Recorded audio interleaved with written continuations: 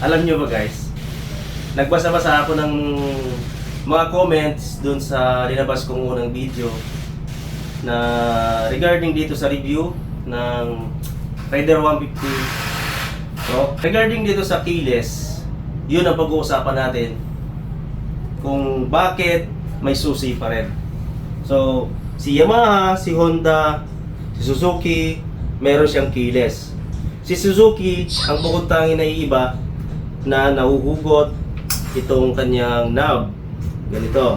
So, ito yung iniiyak ng iba na bakit daw may susi pa rin pero tinawag na keyless. So, kung wala kang ganito, itong part na to, paano mo mai-on yung ignition.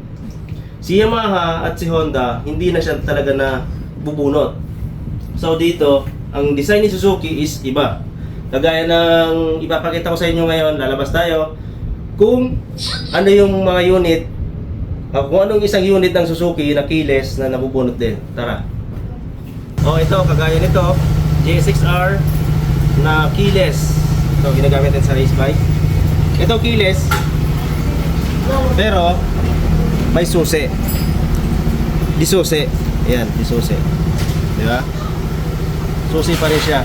Kasi, ito yung nag-on sa pinaka-susi mismo, sa pinaka-ignition mismo.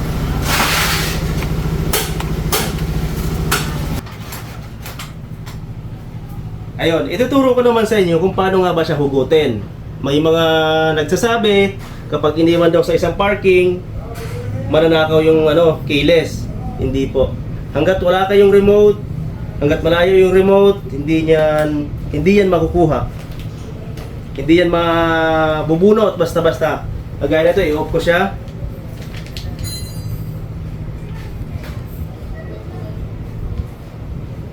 Yan, i-off ko siya. Yan. Paano mo siya mahuhugot? May igot mo lang siya, pero hindi mo siya mahuhugot. Yan. I-open natin. I-communicate natin yung remote. Ang paghugot, isang press. Then, itapat mo sa dot na white. Yan. Pag nakatapat na siya dyan,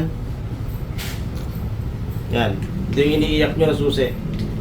Keyless na may susi. Tama rin naman yun. Keyless na may susi. Pero kung ayaw mo naman siyang hugutin, dito, nakapirmis lang siya dyan, wala tayong magagawa sa'yo yan. Meron si Suzuki binigay na isang susi para sa upuan.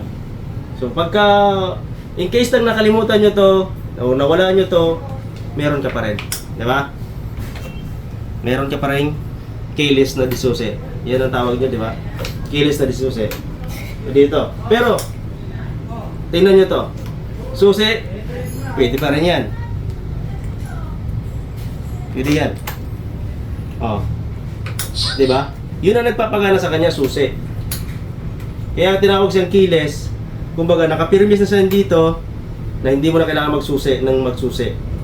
Di ba? Tingnan mo. Naon, di ba? Gamit ng susi.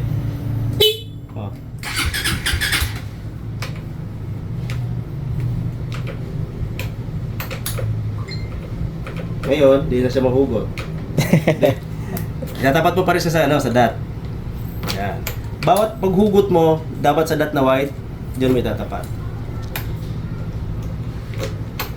Okay. Dito, may makikita kang lock and push, tsaka yung engine stop. Tapos yung dot, para nga mabunot yung susi, and then on. Itong push, para pag on, kapag nagkulay blue, pwede mo siyang i-on. Diba?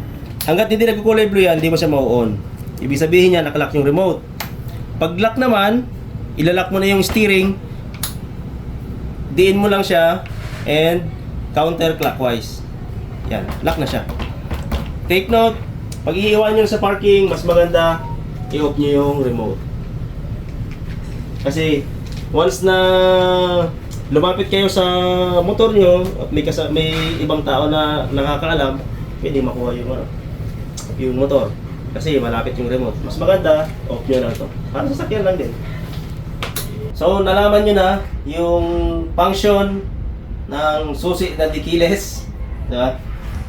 Sa susunod na episode, ituturo ko sa inyo yung importante na dapat yung malaman sa remote Sa dalawang remote dito.